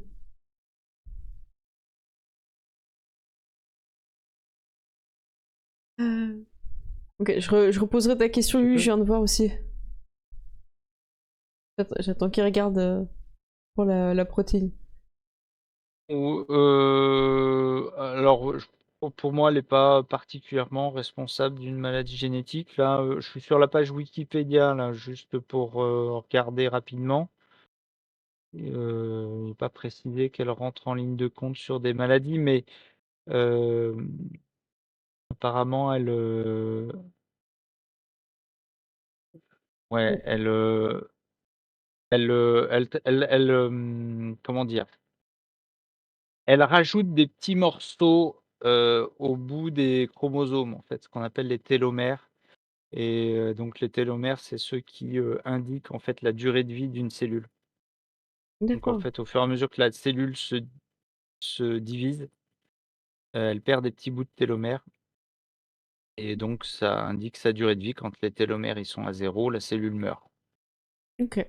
Bon. Euh, et donc, euh, et donc là, apparemment, cette protéine-là, elle fait l'inverse. Je ne sais pas du tout quel est le mécanisme dans le détail. Là, faudrait aller regarder dans le détail. D'accord. Ça fait pas du tout partie des mécanismes qu'on regarde ça. D'accord. Donc, Lulu te posait aussi une question par rapport à ce que tu disais un petit peu plus tôt sur le fait de travailler avec des étapes à l'aveugle. Est-ce que c'est parce que c'est pas utile ou trop compliqué de regarder dans les nanotransporteurs? c'est surtout qu'on ne verrait rien en fait, D'accord. même avec le meilleur microscope du monde. Ok. Même si on prenait un microscope à effet tunnel, en fait, ça nous, ça ne nous donnerait aucune information, puisque en fait, la molécule d'ADN est la même partout, chez toutes les espèces vivantes. D'accord.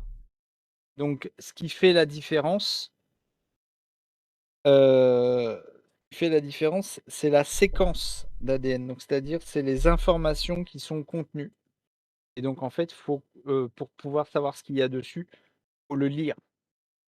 Et donc c'est pas le microscope qui nous donnera l'info, c'est du séquençage ou de l'électrophorèse. C'est les outils qui nous permettent de lire l'ADN, donc soit la longueur de certains fragments d'ADN, soit la séquence, c'est-à-dire l'enchaînement des différents éléments, des différentes lettres qui constituent l'ADN. Ok. Donc voilà, donc tout simplement. Et donc c'est pour ça qu'on utilise juste ces techniques-là à des moments un petit peu cruciaux de validation quand on travaille à l'aveugle. Quand on dit à l'aveugle, c'est parce qu'on est dans l'infiniment petit, mais a priori, on sait ce qui se passe dans notre tube. Hein. C'est Hmm. pas, Oui, on c'est le juste voit que. pas, mais on le sait. Hmm. Donc, et après, c'est est-ce qu'on a bien manipulé ou pas. Avec les étapes de Voilà. vérification. Et donc, en fait, on vérifie qu'on a bien manipulé. Hmm. On- D'accord. En fait, le problème, c'est nous. C'est le manipulateur, le problème. Hmm. C'est le facteur humain. C'est toujours. C'est le mec ou la nana qui met les produits dans le tube. Voilà. Est-ce qu'il a bien mis les bonnes quantités au bon moment, dans le bon ordre euh, et est-ce que le choix des produits qui a été utilisés sont les bons? Voilà, c'est ça que ça vérifie surtout. Ça prend du temps. Ça prend du temps, ouais. Des fois, on est obligé de refaire des manips et refaire des manips alors qu'on sait que c'est censé marcher, hein, mais voilà. Il y a plein de Faut être un questions qui peu arrivent. patient des fois. C'est vrai. Pour ceux qui ont le temps, les autres, c'est toujours pareil. Hein. Tu sais que c'est un peu une course contre la montre aussi quand t'es sur des choses de l'ordre des soins ou des de l'humain. Oui, nous, on a cette mort aux trousses en permanence. Mm.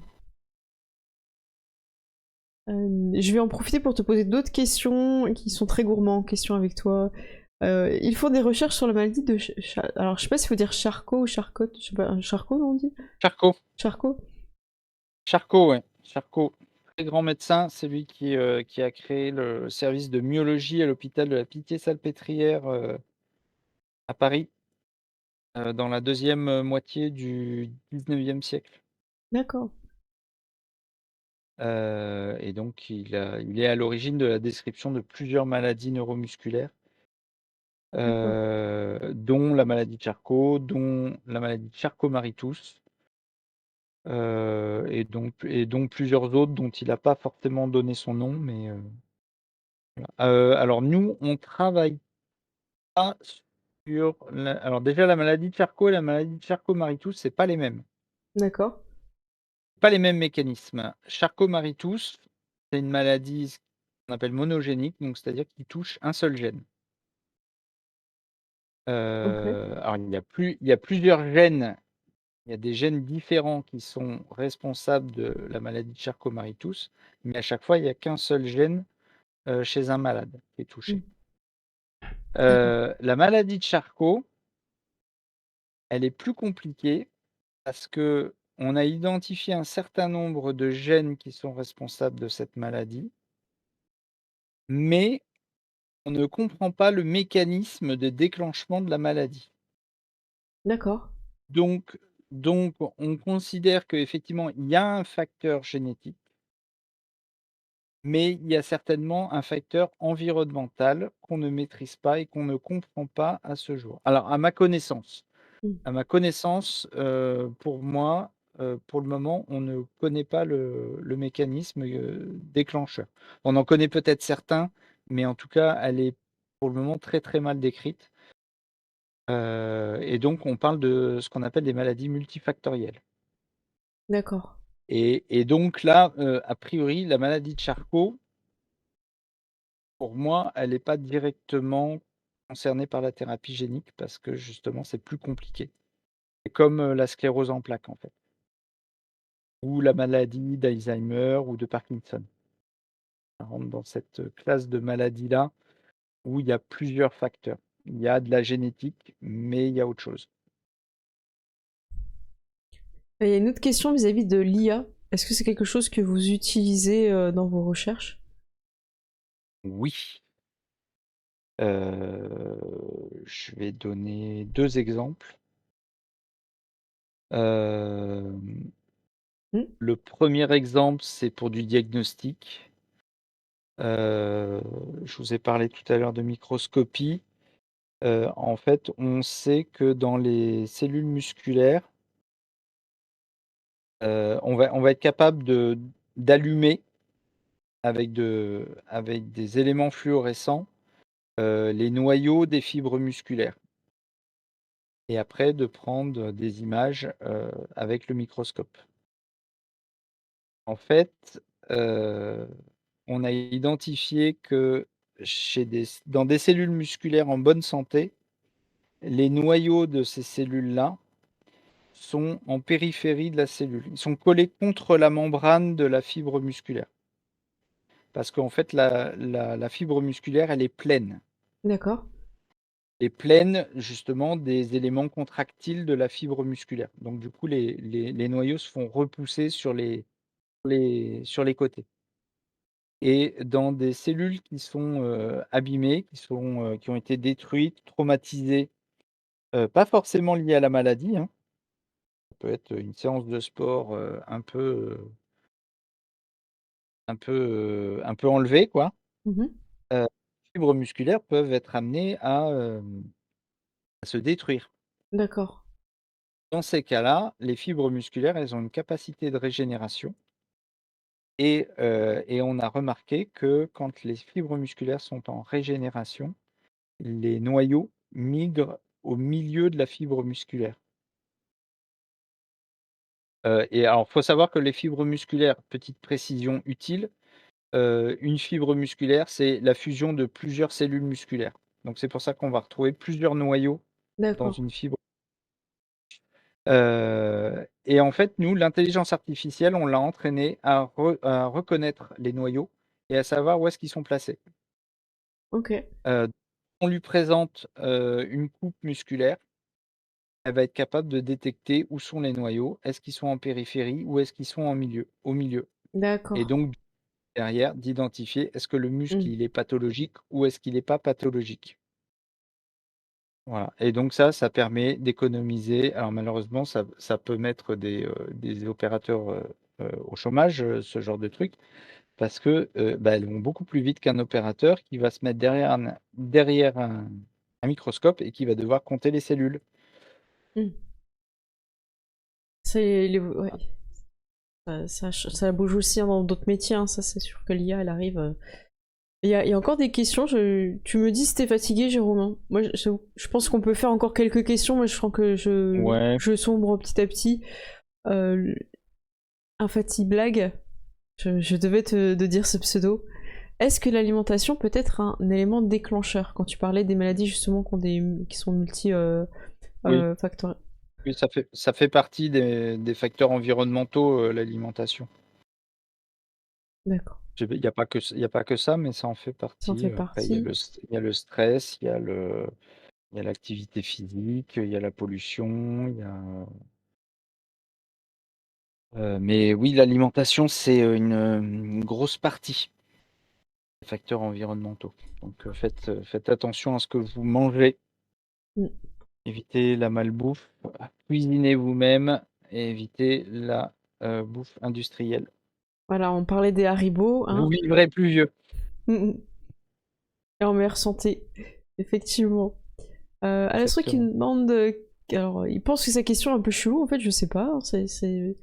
On va voir. Les radiations peuvent-elles changer des gènes comme dans Fallout avec les super mutants qui deviennent tout verts? Alors, l'idée, c'est de voir si. Alors, Voilà. oui, mais un, pas à la même vitesse, et deux, pas avec les mêmes effets. Ok, Je m'explique. Nous, on utilise effectivement les radiations pour faire ce qu'on appelle des mutations dirigées. On le fait en général plutôt sur des micro-organismes unicellulaires, donc des bactéries, des champignons type levure, pour justement tester, on va dire, la résilience des bactéries. Voilà.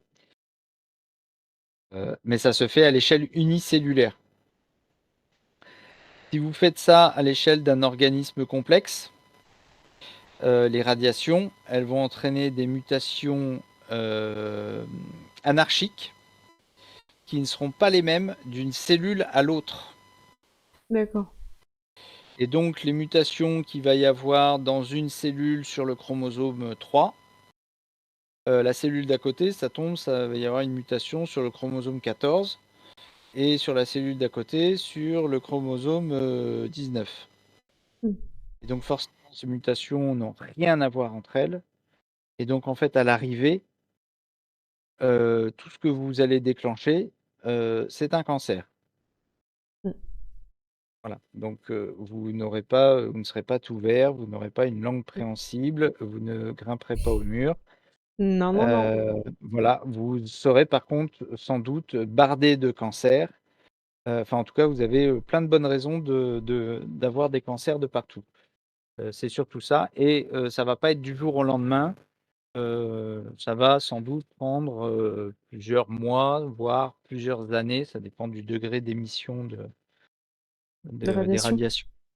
Voilà. D'accord. Donc, alors, comme tous les films de science-fiction, en fait, que ça soit Fallout ou La planète des singes ou les X-Men ou qu'est-ce que j'ai en tête aussi, The Island par exemple, euh, ou Jurassic Park. Oui! À chaque fois, il y a un fond scientifique qui est vrai. Il y a une part de science qui est vraie au départ, mais après, les scénaristes hollywoodiens, déjà, c'est pas des scientifiques, et ils fument des trucs parfois un peu illicites Pas et bien. donc voilà et donc ils sortent un petit peu de ce qui est raisonnable de penser pour la science. Alors après, il y en a certains, ils sont assez rigoureux, d'autres beaucoup moins. Mmh. Les Tortues Ninja, clairement, Tortue Ninja. je veux bien tester ce qu'ils ont fumé parce que ça doit être pas mal.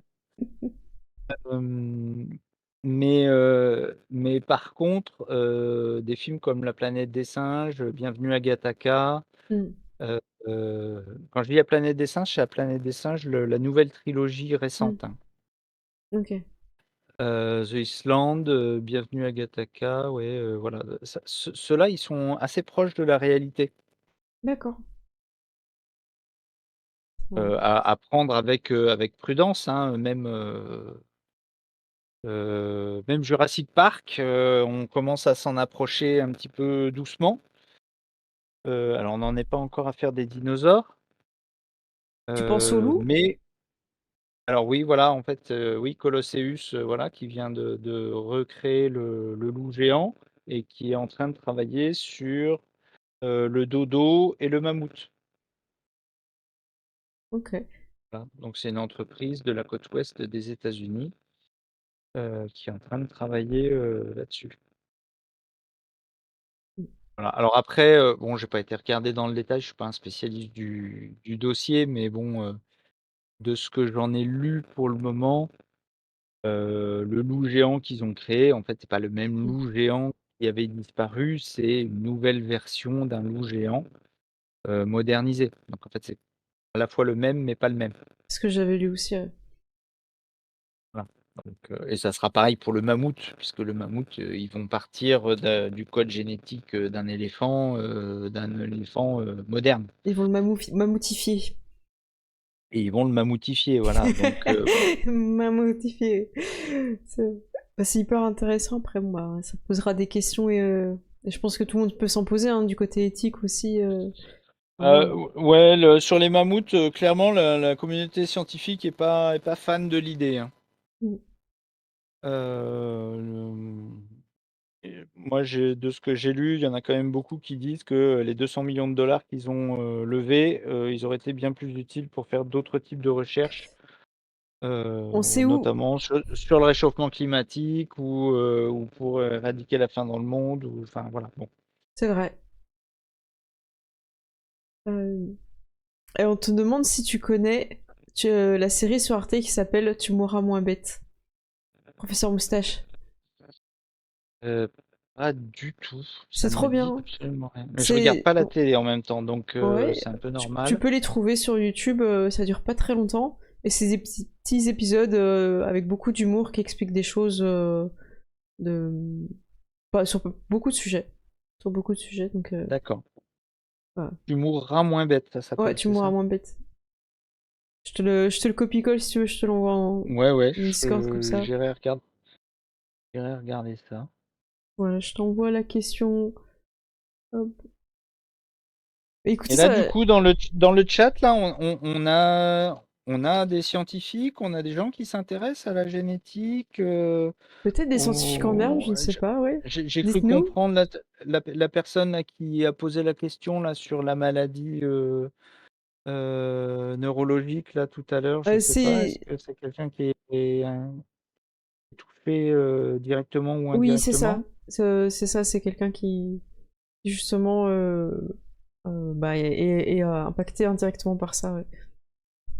D'accord. Voilà. Lui, j'ai posé ta question, mais je pense qu'après, si vous avez une dernière question, allez-y, parce que nous, on s'éteint un petit peu et on a encore la journée de demain à tenir. Lui qui nous pose, je crois que ça ne touche pas directement son domaine spécifique, mais les méga cancers, cancer sur les baleines, ça peut exister sur l'être humain ou c'est vraiment la taille qui compte? Moi, je comprends pas trop la question, je sais pas si Jérôme, toi, ça te parle. Alors, moi, non, là, je me sens complètement Mm. incompétent sur le domaine. Je suis même pas sûr d'avoir compris la question. Ouais, lui, si tu peux nous reformuler la question, je sais pas si tu parles du fait que, le fait que les baleines sont grandes et du coup, elles ont plus de cancer. Moi, j'ai compris la question comme ça, mais je sais pas si c'est ce que tu voulais dire. Ouais, mais là, je suis complètement incompétent. Mm. Et Mehdi confirme, oui, effectivement, voilà, on lui a diagnostiqué une neuropathie. Voilà. D'accord. Voilà. Voilà, voilà. Bah écoutez, merci le chat, merci évidemment à Jérôme qui était là avec nous. On a bravé les défis techniques, mais c'est un petit défi par rapport Oui, aux défis de ta vie de scientifique, de chercheur tous les jours. Merci beaucoup. tout à fait. Sachez que Jérôme est entre guillemets contactable, c'est-à-dire que si ça vous intéresse, dans l'année, quand c'est un peu moins le rush du Téléthon, on peut évidemment reparler de ces choses-là. On peut même faire un live de préparation pour poser des questions et peut-être anticiper quelques questions pour que toi, Jérôme, comme ça, si tu as besoin de chercher des trucs un peu précis, ça peut être intéressant si ça t'intéresse, évidemment.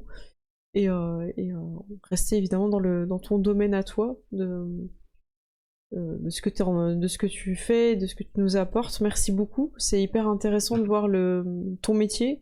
Qu'est-ce que ça apporte au monde, aux personnes qui souffrent de ces malheureuses maladies. Vous avez été incroyable dans le chat, hein. Merci beaucoup. Euh, et j'espère vous revoir demain pour la suite du Téléthon, que ce soit sur ma chaîne. Jérôme, bah, si tu veux aussi présenter, en profiter Ah pour oui. présenter ta chaîne. Oui, alors en fait, on est une dizaine de chercheurs des différents laboratoires que j'ai évoqués. Donc le laboratoire ISTEM pour les cellules souches, Généton pour la thérapie génique et l'Institut de myologie pour la compréhension du muscle. On s'est réunis, on est une dizaine et on a créé donc depuis quelques semaines une chaîne Twitch qui s'appelle le Lab TV. On est présent et je crois même qu'ils sont en stream là actuellement. On va les Enfin, j'ai raids, vu ouais. passer des messages. Ils sont sauf s'ils ont fini, mais au début, quand on a commencé, ils venaient de lancer un stream. Ils faisaient du test de mesure de force et tout ça. Donc, donc le Lab TV, ouais, on va commencer à émettre un petit peu régulièrement. Là, on fait nos premières armes pendant le Téléthon Gaming. On espère que les streamers seront indulgents avec nous parce que en fait, on est chercheurs, on n'est pas streamers. Donc, on s'y met gentiment. Et puis, l'objectif, c'est effectivement d'être présent de plus en plus régulièrement avec des contenus euh, autour du jeu, autour de la génétique. On va essayer de mettre en place des directs labos.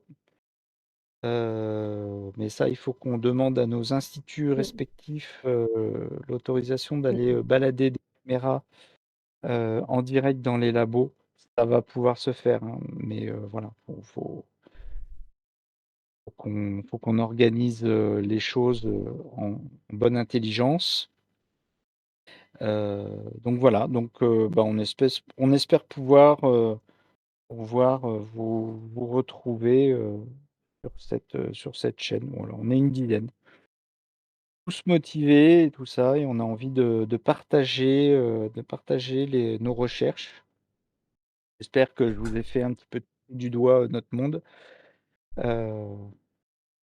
et que je vous ai fait aimer la science. Ah, c'était trop bien. Merci beaucoup, Jérôme. Bah, on a hâte d'en apprendre plus parce qu'à chaque fois que je vous rencontre, quand je dis vous, c'est les chercheurs, hein, j'ai mes Mm. connaissances qui augmentent et d'autres questions, c'est toujours plus de questions. Merci d'avoir répondu et d'avoir pris le temps.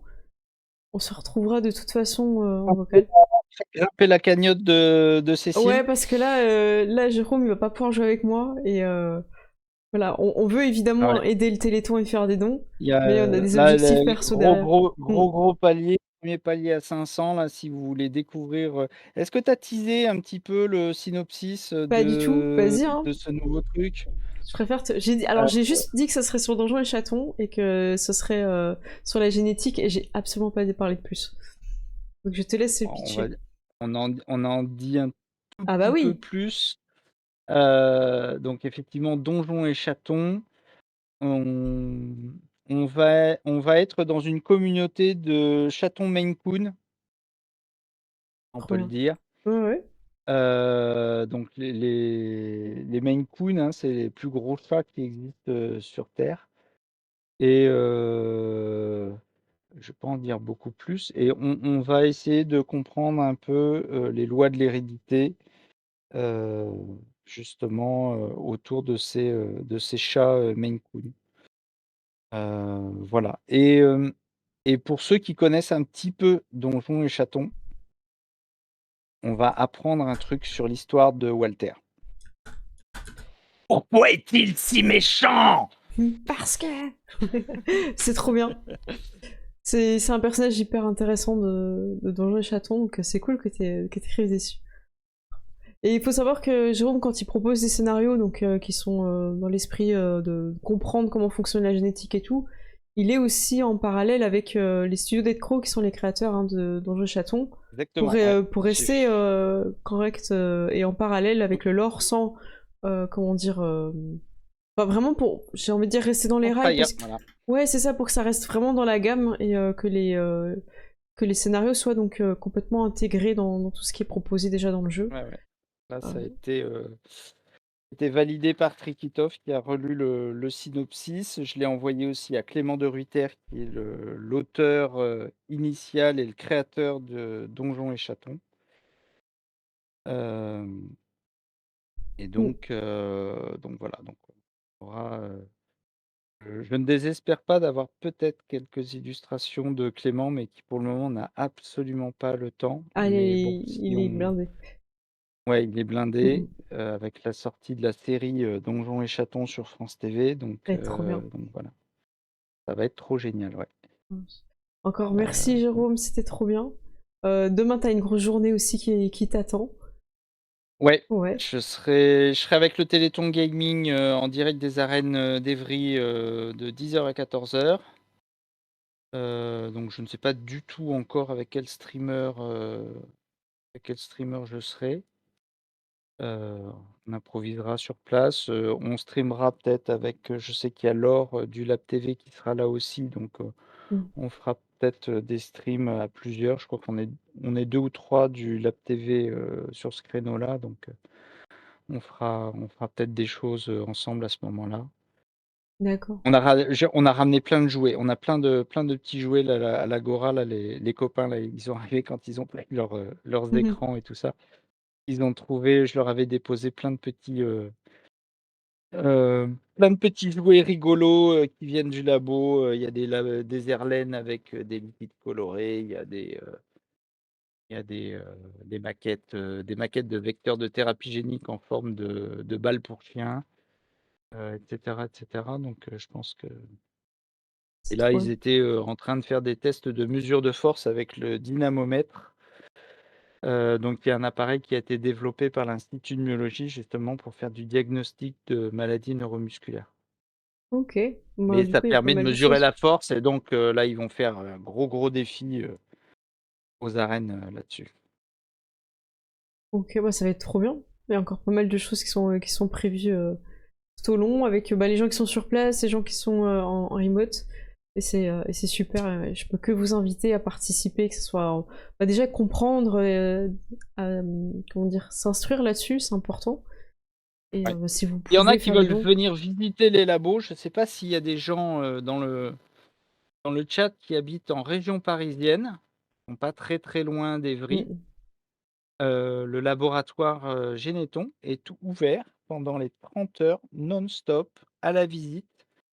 Vous arrivez, mm. vous vous pointez, il y a de très fortes chances pour qu'il y ait des places dans les visites. Il y a un départ toutes les demi-heures, quasiment à la demande. Enfin, s'il y a des gens qui demandent, grosso modo, on fait un départ de visite toutes les demi-heures. Voilà, et globalement, la dernière visite demain part à 18h. Il faut compter à peu près 2 heures sur place. Au moment du téléthon, les guides de labo sont un peu bavards. Ok, bah c'est top. Ça va être trop bien. Moi, j'aimerais Voilà, bien donc aller. n'hésitez pas. Il y a eu des Ah oui, propositions. ça fait 2 fois qu'on te propose, mais Ouais. c'est sur des horaires où t'es pas dispo. Donc, En fait, ouais, c'est pas pour critiquer, mais on nous prévient 2 semaines avant et c'est très dur de poser un jour de congé comme ça. Donc, non, mais on va s'organiser. ouais. On va s'organiser pour. Oh, c'est pas si loin la Suisse GLC, hein, tu peux venir quand même. Hein. Oui, il y a un lien pour la cagnotte. Hop, tac. Voilà, point d'exclamation don pour ceux qui veulent faire des dons, mais n'hésitez pas. On rappelle que la partie avec Jérôme est là à 500, le palier de 500. Voilà. Je dis pas ça pour que tu mettes 500 et t'es soft, mais je dis juste que le palier, il a 500. Nous, on va se quitter avec Jérôme. On a du mal, Montez hein, on a montez tellement envie pas de se trop, parler. vous arrêtez à 1595, ça sera très bien. Comme ça, il a les deux paliers avec les parties de jeux de rôle, ce serait trop bien. On compte sur vous, voilà, il reste encore demain, et je sais qu'il y a beaucoup de copains qui m'ont dit qu'ils passeraient, donc je sais que vous allez passer demain. Je me fais pas trop de soucis. Je vous fais des gros bisous. 1600, c'est le PZ avec Jérôme, effectivement. Jérôme est arrivé sur les paliers ce soir, là, à 1600. Excellent. Merci à l'Astro de le rappeler. Jérôme, je te remercie, je te fais des Bonne énormes idée, va falloir bisous. que je me mette à Project Zomboid, ouais. T'as pas le choix, ouais. Bon courage à tous. Merci. Et puis moi, je suis sur le terrain là jusqu'à 2 h du matin demain. Et on espère qu'on va faire un beau chiffre sur le terrain, sur le village. Téléthon, Bah, débris. c'est bien parti, on va voir comment ça se passe. Je vous fais des gros Ah, nous, bisous. on a Ouais. eu beaucoup de monde sur la du genou, donc Ah, bah, tant mieux. Ah, bah, c'est ça fait top. le plaisir. Merci Jérôme, à tout bientôt. Je vais rester Ciao, avec bisous tout le le monde. chat pour les remercier et puis après Ouais, je vais envoyer le raid. Des bisous, bisous. ciao, ciao. Ciao, ciao. Eh ben, merci à tous d'avoir suivi le live avec Jérôme. J'espère que ça vous a plu. On a appris plein de choses, c'était super bien. Et moi, j'étais très contente de le recevoir. Je sais que c'est quelqu'un qui a plein de choses à nous apprendre et surtout qui est en capacité d'expliquer à quelqu'un qui ne connaît rien. Donc, c'est pas donné à tout le monde. Encore merci à lui. Vous avez bien aimé dans le chat. Merci, vous avez passé des questions qui étaient hyper intéressantes. Je pense que ça a plu aussi les questions que vous avez pu poser. Demain, on se retrouve voilà, tranquillement. Le premier event de PZ, il est vers 10h. Moi, je pensais pas faire aussi tard. Je pensais qu'à 2h du matin, je serais sur le départ pour aller faire mon gros dodo. Le gros dodo. Mais du coup, voilà. Donc demain, vous inquiétez pas si vous ne voyez pas directement à 9h. On va arriver entre 9h et 10h avec la team. La team qui doit se reposer aussi, hein, parce qu'Aurel a donné beaucoup. Il est là demain. Seth sera là le soir. Tu dors 10 heures à l'astro, et tu as bien raison. Tu arrives à 10 heures, c'est ça que tu veux dire? Oui, vous arrivez pour l'event, on vous attend de toute façon, du moment que vous êtes inscrit, on voit à peu près les nombres de personnes qu'on attend. Et on espère que cet event déjà vous a bien plu, et merci à tous. Drake dit ça va s'envoyer 3 heures de sommeil, mais non, faut dormir plus. Voilà, bah, je vous fais des gros bisous, j'étais en train de repérer quelle chaîne chez qui on peut aller pour vous envoyer. Je sais pas trop où est-ce qu'on peut vous envoyer comme chaîne, parce que j'aimerais bien vous envoyer chez quelqu'un du Téléthon. Ou ouais, on va voir. Je suis en train de regarder. Ah bah si, ça y est, j'avais trouvé. On va aller voir Brigitte. Brigitte qui est là. Hop, voilà, comme ça vous allez jouer avec Brigitte, ceux qui sont pas se coucher. Et sinon, on vous dit à demain. Et vraiment, merci pour les dons. Ceux qui n'ont pas eu le temps de faire le don aujourd'hui, vous inquiétez pas. Hein, il y aura la possibilité demain de le faire. Et voilà, je vous remercie encore à tous, c'était trop bien. Tu nous dis, on est chaud d'avoir des retours, même vite fait par DM ou dans le général, que ce soit constructif ou juste un feedback. Ouais, n'hésitez pas, hein, sachant que nous, on teste encore. Voilà, à un moment donné, on sait qu'on a eu des problèmes de son. Il y a eu des gens oubliés, des gens abandonnés, on s'excuse. On vous aime, hein, on vous aime, mais on vous a oublié. Voilà, ça arrive, on s'excuse. Et on espère que vous reviendrez encore plus fort, que ça vous rendra plus fort cette expérience. Les dons, alors les dons pendant le téléthon pour les paliers, pour débloquer les paliers, d'ailleurs j'en profite hein, pour vous les montrer encore pour ceux qui n'ont pas vu avant les faire dodo. Voilà les paliers. Alors vous avez le jeu, là on en est à 277, donc les prochains paliers c'est le JDR virtuel avec Jérôme justement, Téléthon Gaming. À 750 il y a un concert qui sera organisé avec mon groupe de musique Tout Feu Tout Flamme. Et à 1000, on est dans les studios hein, du Téléthon Gaming, directement dans leurs locaux. Ils ont un studio exprès où on va faire du jeu de rôle.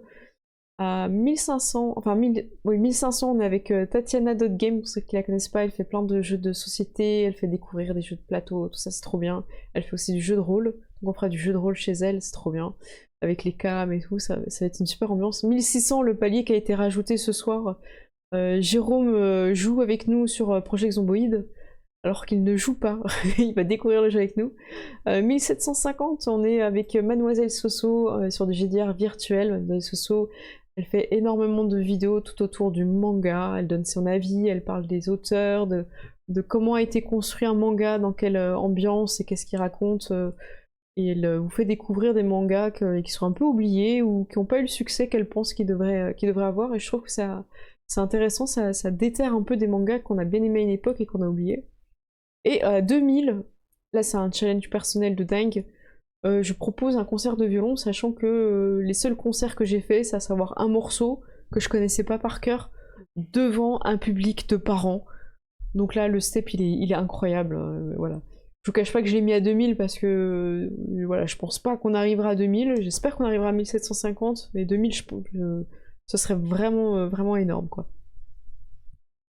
On n'est pas à 300, là vous êtes... Pourquoi tu penses qu'on est à 300 et tu penses que j'ai un problème sur ma cagnotte? Elle s'est pas mise à jour? Quand je vais rafraîchir ma page... Ah bah oui, elle s'est pas rafraîchie, effectivement. Merci à ceux qui ont donné que ça a bugué. Effectivement, ouais, je vois ça. Bah merci. J'envoie 10 000 € demain, merci beaucoup. Ouais, je sais pas ce qui se passe avec la cagnotte. Bah écoutez, peut-être que demain, en relançant le live, ça va régler le problème. Voilà, je sais pas si ça vient de chez eux. En tout cas, voilà, ceux qui ont fait des dons, on n'a pas eu les alertes et on est bien. Je confirme qu'on est bien à 300. En tout cas, je vous remercie. Ouais, ça s'est pas mis à jour depuis un moment, hein, c'est bizarre. Ouais. J'étais là avec Jérôme, on était un peu triste en mode bon, bah ils veulent pas faire on veut pas la partie, c'est ça? En fait, pas du tout, c'est un petit bug. Bon, bah on sait pas. Qu'est-ce que je peux faire? J'essaye un truc vite fait. Je vais essayer vite fait de décocher, recocher le, le compteur de dons. Voilà, c'est très bien. Voilà, bah merci, vous avez bien fait de me le dire, ça s'est mis à jour. Voilà. Vous êtes en train de vous provoquer dans les chats. Dimanche, on pourra encore atteindre des paliers. En vrai, si vous pouvez que dimanche, mettez que dimanche. Hein. La cagnotte, elle restera ouverte. Y a pas de souci, on en prendra compte. Le but, c'est de le faire pendant le live et de motiver, parce qu'après, les gens, ils vont oublier. Hein. Mais si tu peux que dimanche, bah merci à toi déjà, hein, d'y penser. Hein. Donc voilà. Alastro, en tout cas, t'étais là. C'est ça qui nous fait plaisir. Je tiens juste à vous dire, en particulier à Mehdi et Alastro, tout le scénario de ce soir, à savoir de la construction, tout ça, c'était un scénario qu'on a imaginé vraiment pour vous. Donc j'étais trop contente de vous voir construire, ça m'a fait plaisir. J'espère que vous avez pris beaucoup de plaisir dans cet event. Cette première journée se finit, on a eu beaucoup de problèmes techniques, mais on les a surmontés. Bravo aussi à Jérôme hein, qui a surmonté ces gros problèmes techniques qu'on a eu, mais voilà, bravo à tout le monde. Eh bien, écoutez, nous on se retrouve demain et j'envoie voilà, je me mets sur mon écran de fin et puis on va envoyer le raid comme il se doit à notre, j'ai envie de dire à celle qui nous a fait rêver tant d'années, à Brigitte. T'étais qui à l'astro sur le serve? Mais ouais, à l'astro, t'étais qui? Voilà. Et moi, je suis désolée, j'ai retenu aucun prénom. À part Belly, mais ça, c'est la faute à GLC. À chaque fois, il fait des personnages que je retiens. Les autres prénoms, voilà, le cache-œil, voilà. J'ai pas retenu vos prénoms, je suis désolée. Pour un palier avec noté, on détruit le camping-car. Je suis d'accord avec toi, GLC. Le labyrinthe, c'était une dinguerie. C'est vrai. Ouais, Aurel, il a retenu absolument tous les prénoms, il va me rebriefer ce soir là-dessus. Écoutez, j'envoie le raid pour Brigitte. Demain, on se retrouve hein, tranquillement, pas de stress. Le gros event qui était entre guillemets un peu plus long, un peu plus dur à gérer dans le temps, c'était celui de la construction. Les autres seront un peu plus courts, je pense. Et on n'aura pas cette question de trajet où on s'est perdu, où il y a quelqu'un qui s'est évanoui en trajet et tout. Ce sera beaucoup plus simple. Je vous fais des énormes bisous. Merci à tout le monde d'avoir suivi le live. On se retrouve demain pour la suite du Téléthon. Et je vais faire un gros dodo. Je vais juste débrief avec Aurel. Et je vous dis à bientôt tout le monde. Ciao ciao, des bisous. Hop, c'est parti sur le ending.